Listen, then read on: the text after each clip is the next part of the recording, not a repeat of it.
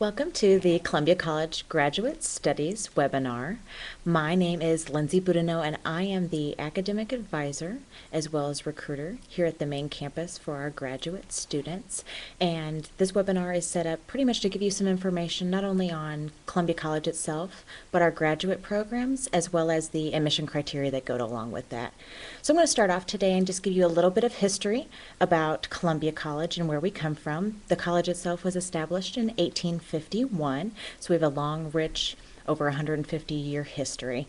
The college actually started off as an all-women's college and was called Christian Female College. The college was founded because of the community's desire to educate the women here, and the University of Missouri at the time did not admit women.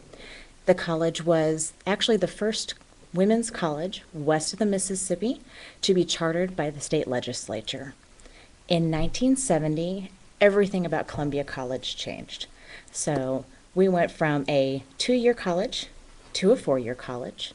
We became coeducational as well. We changed our name from that Christian Female College to what we're known as today, Columbia College. In 1973, 3 short years later, we took our next leap and started educating military personnel. We were actually one of the first colleges in the United States to offer extended campuses on military bases. The Columbia College actually has 35 nationwide campuses now, as you can see from the map below here on the slide. Many of those campuses are still on military bases, spread across the United States as well as in Guantanamo Bay, Cuba. In 1996, the college started its first graduate degree, which was our Master's of Arts in Teaching program. Today, the college offers 5 graduate degree programs, which include our Master of Business Administration, Masters of Science in Criminal Justice, Masters of Arts in Military Studies, Masters of Arts in Teaching, as well as our brand new program, the Masters of Arts in Educational Leadership. And I'll cover a little bit more about these programs later on in the webinar. So as you can see, Columbia College has gone through a lot of growing and a lot of changes throughout its history. But with all of that, Columbia College has stayed true to its roots. Within that, we still offer small class sizes. Whether you're in an online course or you're in an in-seat course, your courses are going to be small and you're going to get the individual attention that you deserve as a student. As well, all of our courses are taught by experienced faculty, and the college still believes that liberal arts and sciences are the basis for lifelong learning, and we develop all of our programs and curriculum off of that belief. So getting more in depth into graduate programs in general. So why is it important to look into doing a graduate degree? As you can see from the chart below, the Bureau of Labor and Statistics has done quite a bit of data collection on comparing those with master's degrees versus those that do not have them.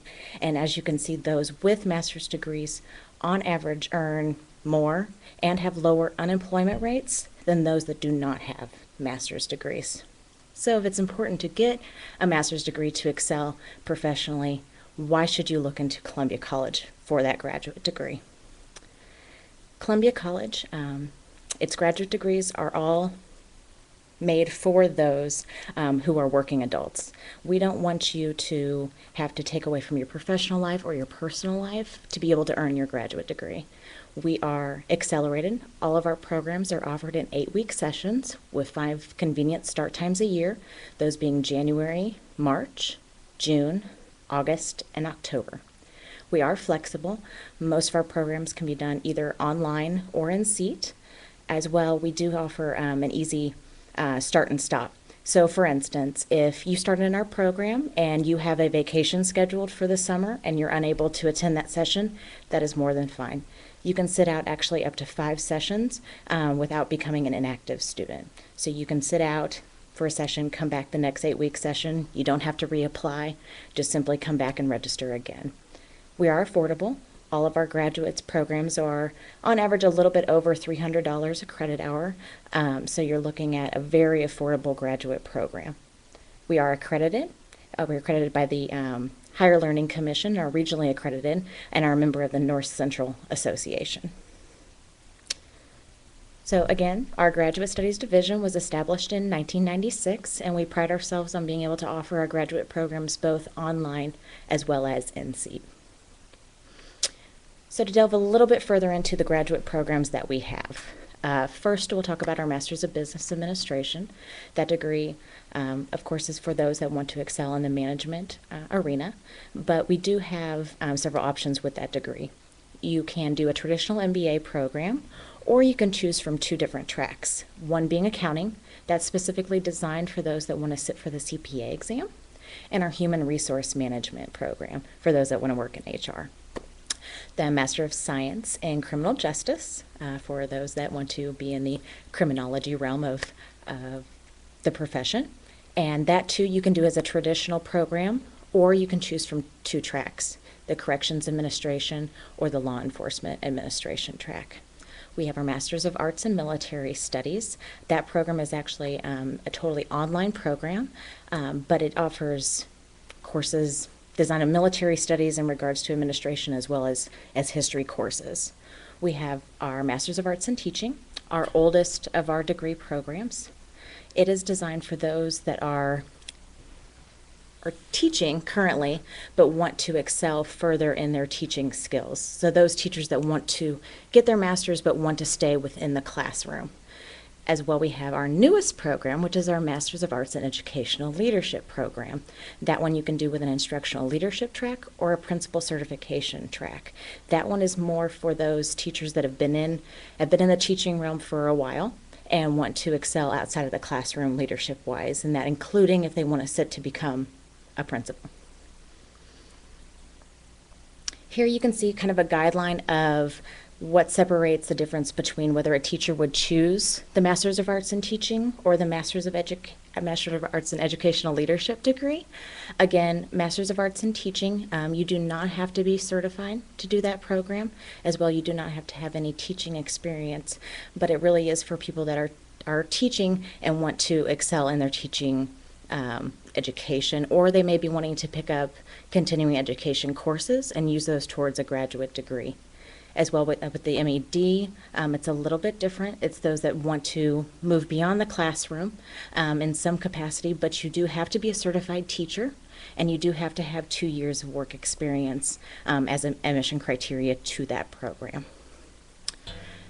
So admission criteria as well as requirements. What you're going to need to submit is an application. The applications are totally online and can be found at our main website. There is a $55 application fee, and then you'll need to have an undergraduate degree from a regionally accredited institution. When it comes to submitting transcripts, what you'll need to submit is your official transcripts from your degree granting institution, as well as official transcripts from any institution that you may have taken any prerequisite courses from. So many of our graduate programs do have undergraduate prerequisites, and it depends on what program you're looking at. But for instance, our MBA program does require that you have Accounting 1. If you did not take Accounting 1 at the institution where you received your degree, you would have to submit officials from your degree granting as well as that school that you took that Accounting 1 course from. Any other institution that you took a course from but may not be a prerequisite to a program, we can just have the unofficials from those. We are looking for a minimum 3.0 GPA, and you'll need 3 strong letters of recommendation, a personal goal statement, and a resume. On the 3 letters of recommendation, what you'll actually do is within the application, you'll just need to list your recommender's name as well as email address. Our admissions office will send to them a form to complete in regards to you, and then return that to our office.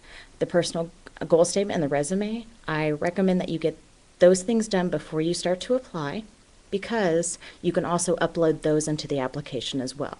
So after you get done with the application, if you have your personal goal statement, your resume, and your recommenders all there in hand, by the time you've submitted your application, most of your materials have already been submitted other than requesting your transcripts from your other institutions.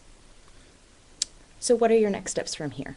Of course, you can visit our booth here at College Week Live, and if you have any questions, we have representatives standing by to answer those for you.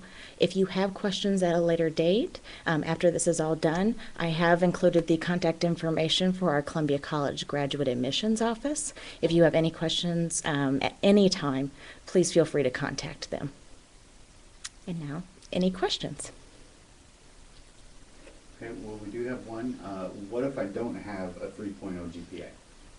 If you do not have a 3.0 GPA, you can still apply. We will take all things into consideration. We are looking a lot of times for work experience as well as your recommendations. We're looking at your goal statement not only as what you're wanting to do with your degree, but it's also used as a writing sample. So you can still go ahead and apply.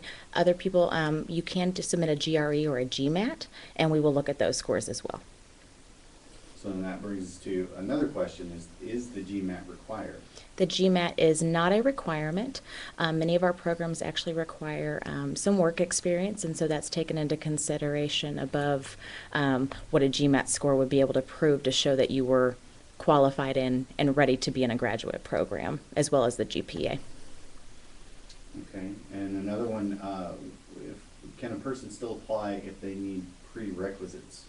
If you still have prerequisites, so for instance, our MBA program requires that you have Accounting 1, Accounting 2, Principles of Management, Principles of Marketing, as well as Principles of Finance. If you do not have all or some of those, you can still apply to the graduate program. What will happen is the admissions office will review your file as well as the department, and if you don't have any of those, or if they're not a grade of B, which is also a requirement for prerequisites, they have to be an A or B grade for them to be counted as a prerequisite towards entering the graduate program. Then you would actually be admitted at what we call a post-baccalaureate status. At that point, you would be admitted into the college and be allowed to complete all of those prerequisites that you haven't already completed with a B or better. After those are done, it's an automatic process that we go through, actually in my office, to roll students over to what we call full program, or the graduate status. And that's it. Thank you very much. Have a great day.